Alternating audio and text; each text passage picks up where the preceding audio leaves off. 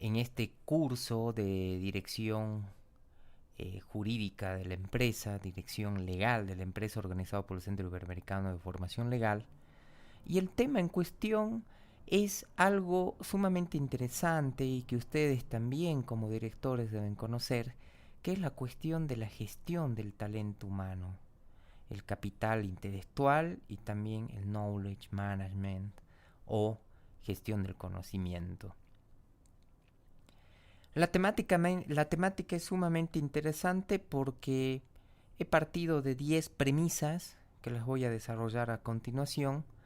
y que espero que sea la forma más sincrética y más explicativa posible de un fenómeno que está aconteciendo y que ya fue determinado por Peter Drucker en, en sus trabajos sobre este tipo de información. La cuestión del conocimiento en una empresa es efectivamente una ventaja competitiva. Y entonces hay que tomar en cuenta que existen autores que ya han ido trabajando sobre este tópico del conocimiento de la empresa, cuestiones intangibles que están en la empresa y también cuestiones que incrementan el valor de la empresa, no solamente en cuanto a la eh, posibilidad de acceder a un crédito bancario, sino también en cuanto a la marca, en cuanto a la propiedad industrial, a las patentes de invención, etcétera. Y la ventaja competitiva viene porque justamente Michael Porter, Peter Drucker, Nonaka Takeuchi han ido relacionando y desarrollando este tipo de avance científico, académico en lo que se refiere a la gestión del talento humano. Chiavenato, por ejemplo, en ese caso, el Knowledge Management con Nonaka Takeuchi en Japón, y la cuestión también de lo que implica el mayor valor de lo que es la empresa. A ver, les pongo como ejemplo una cuestión simple. ¿Ustedes creen que Google Inc. como empresa vale tantos millones, miles de millones de dólares solamente porque tiene casas, propiedades, autos, vehículos, muebles, inmuebles, etcétera? No. Google, Microsoft, Apple, todo ese tipo de empresas tienen los valores que tienen no por una cuestión de capricho, sino más que todo porque gestionan el conocimiento. Y ellos tanto así porque, fíjense, Steve Jobs lamentablemente falleció. Era un CEO de Apple que estaba muy bien incentivado. Les comenté cuánto ganaba en la cuestión de sus feeds, en cuanto a la cuestión de la generación, a su creatividad. Pero todo ese conocimiento, una vez que falleció, Steve Jobs se mantuvo y se mantiene actualmente en Apple. Por más que vaya un gerente u otro gerente, ese conocimiento generado, ese knowledge management generado, está en la empresa y está a disposición de todos los administradores, de los empleados, para que sigan desarrollándose. Si lo ven desde ese punto de vista, entonces evidentemente el conocimiento, en la era del conocimiento, es una ventaja competitiva. En la época de la revolución industrial, y sí, tener fábricas en cadena era una ventaja competitiva, pero tienen que tomar en cuenta que hoy, en la actualidad, en esta época, es realmente el conocimiento lo que marca la diferencia y tiene efectos no solamente en cuanto a la gestión del talento humano, sino también en cuanto a la generación de un acervo patrimonial de la empresa mucho mayor de lo que se considera. Y esto no es un invento mío, eso está contemplado hasta inclusive en las normas NIF, en las normas NIC, la generación del capital intelectual, y etcétera, etcétera. Sigamos. Como les dije, voy a hablar de la gestión del talento humano, el capital intelectual, a través del knowledge management. Y para ello me he planteado una serie de premisas. La primera premisa de ellas es que, evidentemente, en una empresa, en una sociedad, existen eventos, existe mucho manejo de información, existe mucho conocimiento de por medio. Y la cuestión trata, en esta premisa, que esa comunicación que debe existir, ese conocimiento adquirido, ese know-how adquirido, debe ser materializado, patentizado, tiene que ser compartido dentro de la empresa. Entonces no basta que como director legal o jurídico de una empresa solamente se aboquen a un escritorio a tratar controversia tras controversia, sino que también ustedes tienen la responsabilidad de poder generar este tipo de conocimiento y gestionarlo, este conocimiento, justamente en beneficio de la empresa, porque para eso están asignados y designados. Y en esto tiene mucho que ver la cuestión laboral también. Fíjense ustedes que existe una línea que divide entre lo que es un evento normal y común en una empresa, los símbolos que se utilizan, la cuestión de los datos obtenidos, y a partir de ahí se asimila una comprensión de lo que son esos datos utilizados, se genera un conocimiento y ese conocimiento implica ser una sabiduría. Entonces hay un paralelo, una diferenciación entre lo que es el dominio de representación y el dominio de conocimiento que debe existir en una empresa. Esa es la primera premisa. Ahora vayamos a la segunda premisa. La segunda premisa es que normal y habitualmente en todas las empresas, en la mayoría de las empresas, porque no quiero generalizar, especialmente en las que tienen una estructura más que todo familiar, se ha tomado en cuenta una estructura piramidal, en la cual existe una alta dirección, mandos medios y la prestación de servicio que está a través de un personal de contacto que a su vez va a tomar en cuenta y va a desarrollar la relación comercial de la empresa en cuanto a su giro comercial, oferta de servicios, productos respecto del cliente. El esquema convencional evidentemente es piramidal, es triangular como se puede ver en el gráfico, pero existe una nueva actitud empresaria que ustedes deben propender como directores jurídicos de la empresa. Y es que el eje de toda empresa en cuanto a sus estatutos internos, reglamentos internos, los contratos que deben suscribir como directores jurídicos de la empresa, en cuanto a la formación, a la misión, a la visión que tiene que tener una empresa, deben adoptar una nueva actitud empresaria en la cual el eje de todo es justamente el cliente. Pero no solamente el cliente externo, la persona que va y toca la puerta de su negocio o de la empresa en la cual ustedes trabajan, sino estoy haciendo referencia también al cliente interno, al empleado, al trabajador, que ya no es un número, sino un talento humano. Y entonces, si toman en cuenta al cliente como eje de funcionamiento de esta nueva actitud empresarial, de este nuevo estilo de management,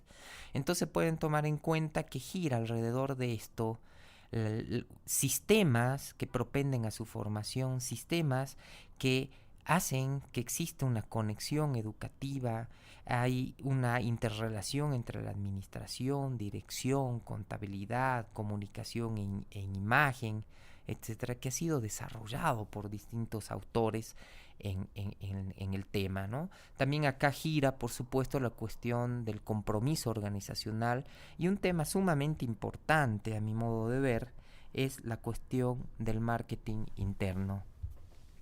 Porque si los empleados no tienen la camiseta puesta de la empresa en la cual nosotros nos desempeñamos como directores jurídicos de la empresa, entonces, ¿qué tipo de tratamiento van a tener respecto de los clientes de la empresa? ¿Con eso voy a lograr evitar las controversias que existen? Pongámonos la mano en el pecho. Cuando un trabajador va despechado, mal atendido, mal gestionado, mal manejado y se va al Ministerio de Trabajo a interponer una demanda, una denuncia o cualquier tipo de circunstancia que pueda acontecer, eso se debe justamente a una falta de política de marketing interno. Y evidentemente esa es una falla, es un quiebre, es un bache que existe en la cuestión piramidal que de este esquema convencional de lo que es la empresa. En tanto que en la nueva actitud empresarial se propende justamente a evitar este tipo de problemas. La tercera premisa es que entonces, si tomamos en cuenta que esta organización, este nuevo estilo de management que debe existir centrado en lo que es el cliente, entonces la tercera premisa surge que en tanto y en cuanto exista una capacitación dentro de la empresa, en cuanto que exista un desarrollo de la empresa, entonces evidentemente va a haber un desarrollo organizacional que va a perdurar durante el transcurso del tiempo. No digo para siempre, pero por lo menos a un corto, a mediano plazo de desarrollo, siempre tomando en cuenta la cuestión de la misión y visión de la empresa. La cuarta premisa, tomando en cuenta todo lo que les estoy relacionando, es que en esta cadena de crecimiento de la empresa, en este crecimiento de lo que es una sociedad comercial, en este desarrollo concatenado que debe existir en cuanto a los resultados esperados que esperan de ustedes como directores jurídicos de la empresa, existen personas, existen talentos, existen competencias de esas personas con determinados talentos, y eso hace a la existencia de un capital humano, que desde el momento que utiliza esa información, esos datos y genera un conocimiento cierto de lo que es la actividad o el giro comercial de la empresa, se va a generar un capital intelectual. Un capital intelectual que va a ser reflejado o debería ser reflejado en los balances de la empresa. No porque se me ocurra, sino porque las normas internacionales, las NIF, las NIC sí las contemplan y hay muchas empresas que sí lo hacen. Las ventajas de todo ello en cuanto a sus resultados son evidentes, porque no es lo mismo tener una empresa de un capital social de 100.000 bolivianos, un verdadero patrimonio de tal vez $1.000.000, cuando en realidad esa empresa puede llegar a tener un valor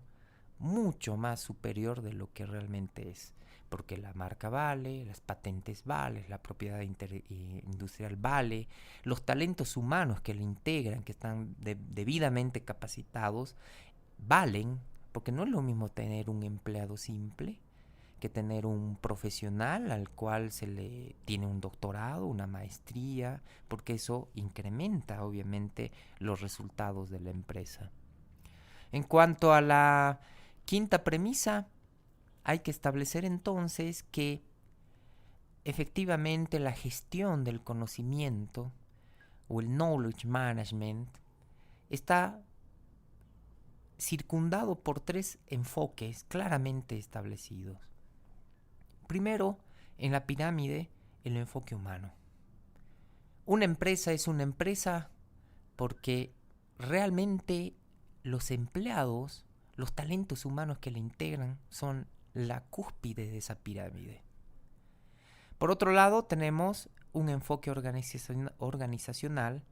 y por otro lado un enfoque tecnológico que se debe tomar en cuenta. Para esos resultados esperados, entonces, se debe tomar en cuenta que no basta con estar en la alta dirección o en mandos medios, sentado en un escritorio, mandando memorandos, sino que realmente la organización, el manejo, la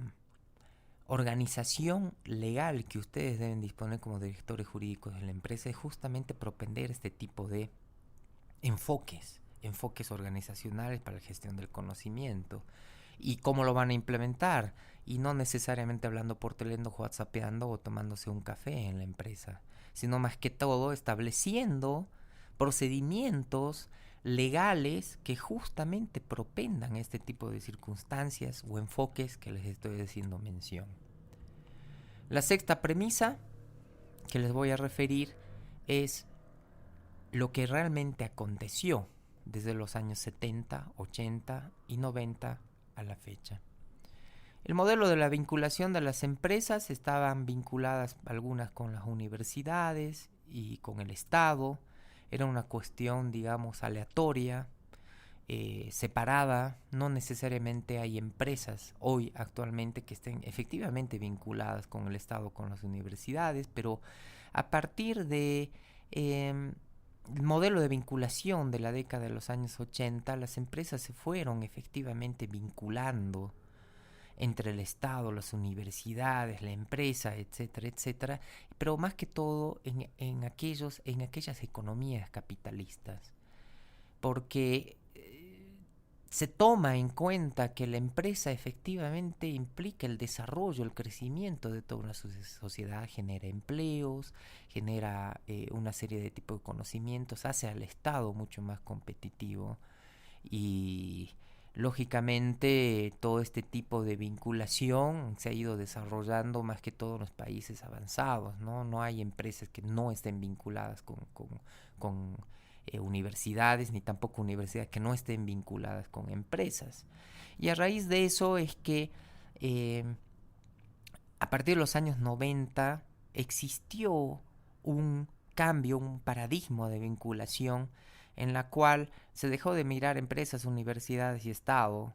sino más que todo se propendió y se propende aún a tomar 4 tipos de entornos: un entorno productivo, un entorno tecnológico, un entorno financiero, un entorno científico, en el cual están interrelacionados constante y permanentemente todos los involucrados en el área económico. Como ustedes pueden ver, entonces, esta gestión del conocimiento desde el punto de vista del enfoque organizacional implica un liderazgo, pero no un liderazgo vertical, sino más que todo horizontal. Una cultura hacia la gestión del cambio, de la innovación, una gestión de la incertidumbre, de la creatividad, de la diversidad, gestión de equipos, de confianza, gestión de la voluntad y también una cuestión de clima. Porque suena muy bonito hablar de la gestión del conocimiento, pero si sus talentos humanos se desarrollan en un clima completamente inapropiado, es decir, me refiero a que no hay una debida gestión de las controversias que pueden llegar a existir, etcétera, etcétera, que está obviamente a cargo de la gente de recursos humanos o de talento humano, y entonces el enfoque organizacional estaría fallando. De la misma forma en la cuestión del liderazgo, porque si tenemos algún tipo de alto directivo o medio directivo que está abusando de su condición de de dirección respecto de los inferiores, entonces hay un problema o puede ser un detonante de lo que es un conflicto, controversia que pueda acontecer. Y entonces ustedes como directores jurídicos de la empresa deben tomar en cuenta este tipo de circunstancias. Desde el punto de vista de el enfoque tecnológico, se debe tomar en cuenta que las empresas con mayor avance o competitividad actualmente son las empresas que utilizan tecnología y que tienen programas y procesos de gestión de la tecnología donde se pueden almacenar los conocimientos habidos para la empresa, a favor de la empresa y para propia capacitación de la empresa. Por otro lado, desde el punto de vista del enfoque humano, se debe cambiar. Ya no se debe hablar de política de recursos humanos. La cuestión de los recursos humanos, que fue establecido anteriormente por la gente dedicada a esta especialidad, ha cambiado, ha dado un giro paradigmático, especialmente a partir de los trabajos que realizó Chiavenato, un autor mexicano muy conocido, que tiene un libro muy bueno que se llama La gestión del talento humano, donde ustedes pueden conseguir ahí toda la información que requieren para esto. El trabajador dejó de ser un número, no es una pieza más de la maquinaria, solamente y únicamente destinada a la obtención de un lucro, sino más que todo debe implicar ser este talento humano un verdadero talento humano el cual, a través del enfoque organizacional y enfoque tecnológico, pueda desarrollar sus competencias como ser humano, como talento humano, en el lugar y en la posición adecuada para hacer todo esto. Solamente entonces, si existe un adecuado enfoque organizacional, tecnológico y enfoque humano adecuado, se podría hablar eventualmente de una gestión del conocimiento. Fíjense ustedes en este cuadro del año 2013-2012 que se ha determinado, por ejemplo, en la cuestión de gestión del conocimiento, el ranking que existe en cuanto a la gestión de aquel talento humano, gestión del conocimiento. Y fíjense que los países, por ejemplo, como los Países Bajos, Suecia, Finlandia, Noruega, Singapur, poseen el ranking del 1 al 5 en cuanto a la posición de talento humano, desarrollo de talento humano como empresas, y Bolivia la tenemos en el puesto 119 y Burundi en el puesto 144. Y entonces realmente se tiene que apreciar este tipo de circunstancias de la cuestión de la gestión del conocimiento porque tiene un impacto a nivel global. Bolivia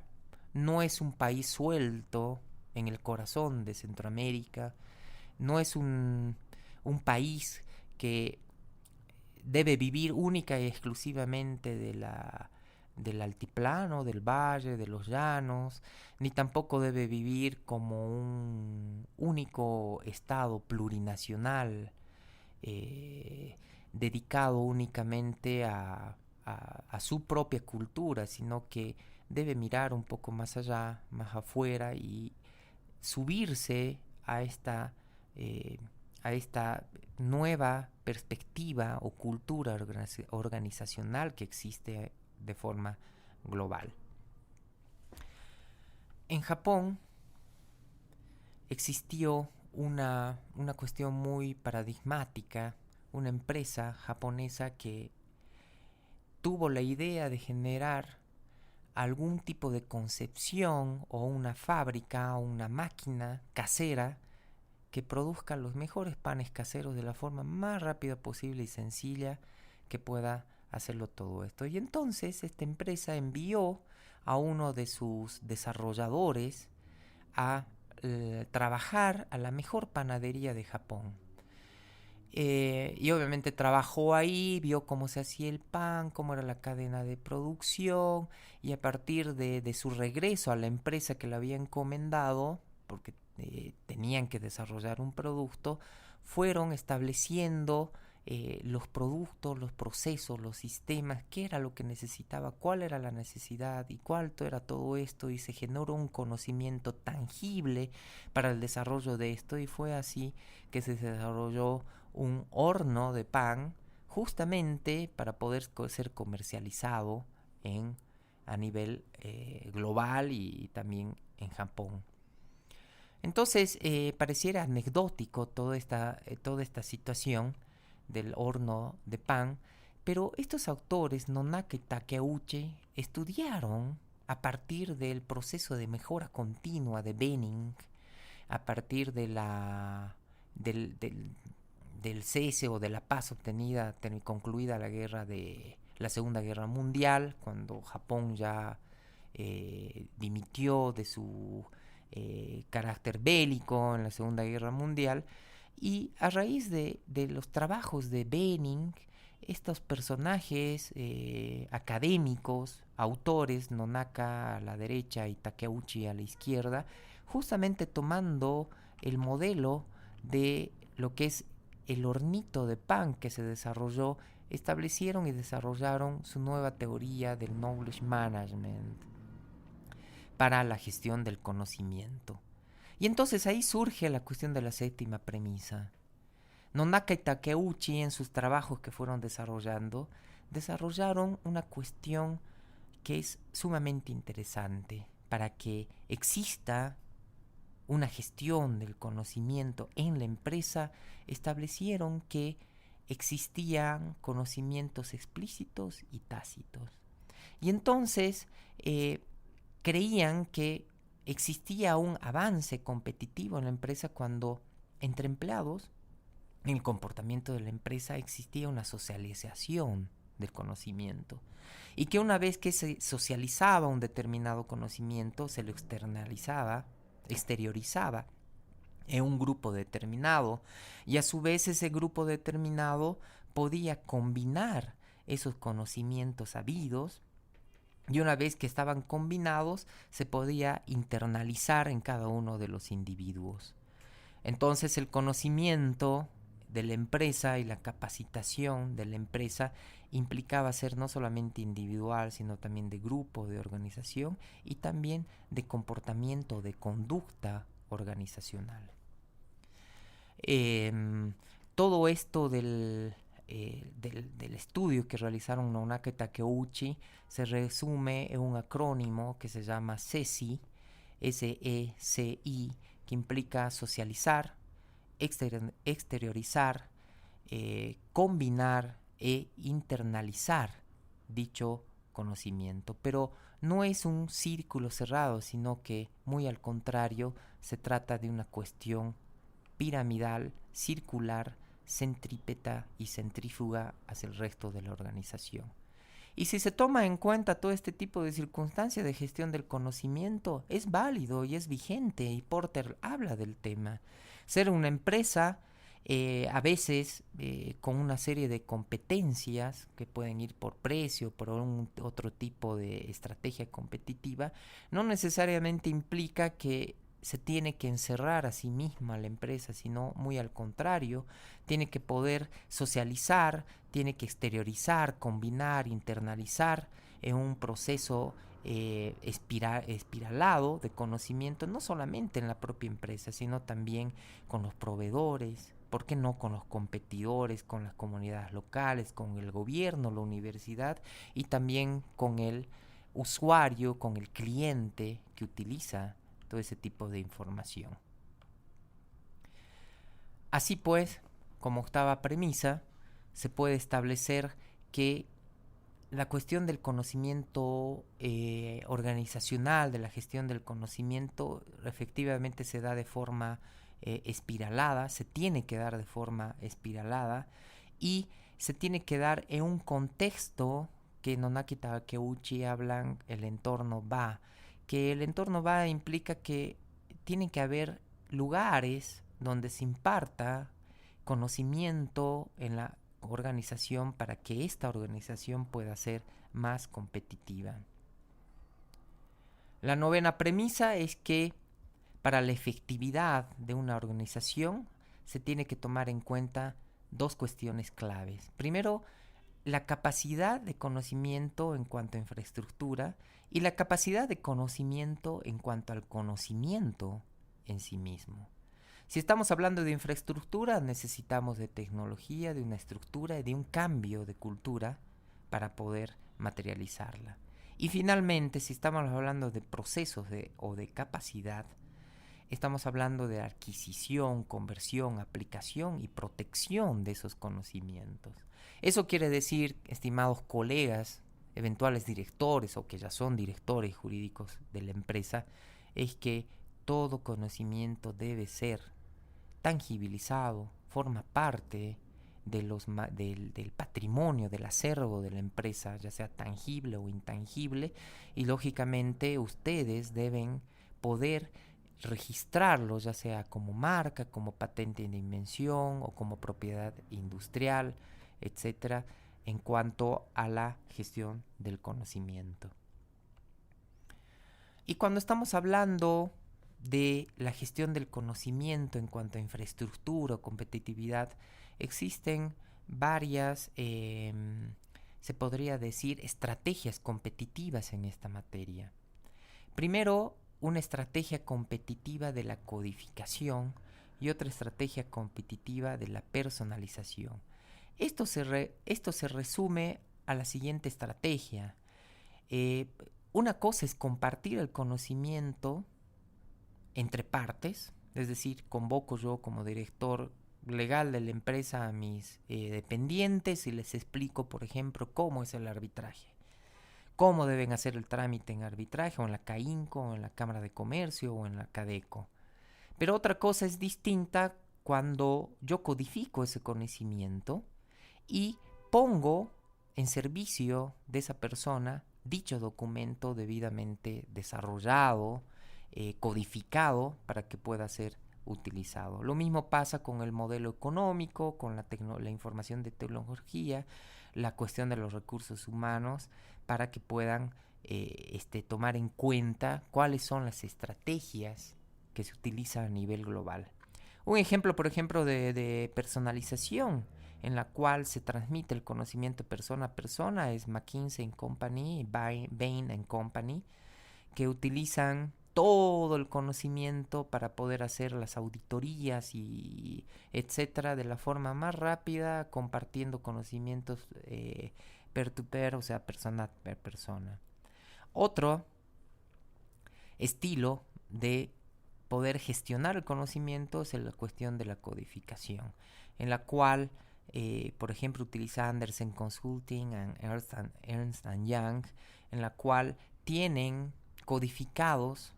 de forma digital todos y cada uno de los conocimientos. Esto es lo que pasa, por ejemplo, en los repositorios de las grandes universidades, entre ellas Stanford, MIT, Harvard,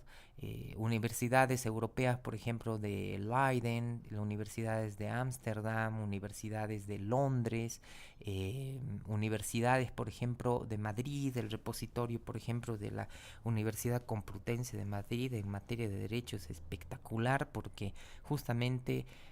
comparten el conocimiento de tesis de maestría, de doctorado, etcétera, vía el estilo de la codificación. Y por otro lado está también pues el Centro Iberoamericano de Formación Legal, los cuales a mí me contrataron justamente para que haga una capacitación o transfiera mis conocimientos persona a persona, pero como es digital, entonces lógicamente de ahí la idea de poder establecer y producir estos videos para que ustedes compartan el conocimiento, socialicen el conocimiento, lo combinen con sus pares en los foros de debate, lo internalicen y después vuelvan a socializar, combinar, etcétera, etcétera, en ese espiralado que yo les he comentado previamente. Como ustedes pueden ver, entonces, el camino a la ventaja competitiva es claro. La empresa tiene datos, tiene información, debe tener una adecuada gestión de talento humano, debe tener un knowledge management claro y un knowledge management system para que pueda efectivamente transferirse este tipo de conocimientos. Y si hay un conocimiento, entonces se puede hablar de un capital intelectual. Y ese capital intelectual generado es un valor, un capital un valor intangible que con las normas NIC y NIF que se utilizan actualmente en Bolivia implican entonces un acrecentamiento para los balances que puedan existir. Si ello es así, entonces estamos hablando de una verdadera ventaja competitiva. Como ustedes pueden ver, hay un conocimiento intelectual con las variables que les he ido relacionando respecto a la gestión del talento humano, al conocimiento, etcétera, etcétera. Y esto, justamente esto es lo que incrementa el valor de la empresa. Fíjense, por ejemplo, hay una página web que hace un ranking de las mejores universidades del mundo. Y las mejores universidades están rankeadas justamente por la aplicación de fórmulas matemáticas en las cuales se miden, fórmulas matemáticas y financieras, por supuesto, en las cuales miden, primero, cuál es el tipo de experiencia que tiene el alumno recibido de una universidad. Por otro lado, cuál es el tipo de aceptación que tienen las empresas respecto de ese alumno o talento humano. Cuáles son las capacidades de los docentes de esa empresa. Ahí se mide si tienen PhD o si tienen solamente maestría o etcétera. Y después, por otro lado, fíjense, lo interesante de todo esto es que se mide la codificación que existe en en la cuestión de los papers elaborados, la cantidad de referencias bibliográficas elaboradas. Y entonces con todo ello han podido establecer un ranking de las mejores universidades a nivel mundial, a nivel latinoamericano también, entre los que giran Brasil, México, Chile, Argentina, que rankean evidentemente todos esos puntos, aspectos que tienen mucha y estrecha relación con la cuestión de lo que es el conocimiento. De allí que la cuestión del conocimiento, de la gestión del conocimiento es sumamente importante que lo tomen en cuenta ustedes como directores legales de una empresa.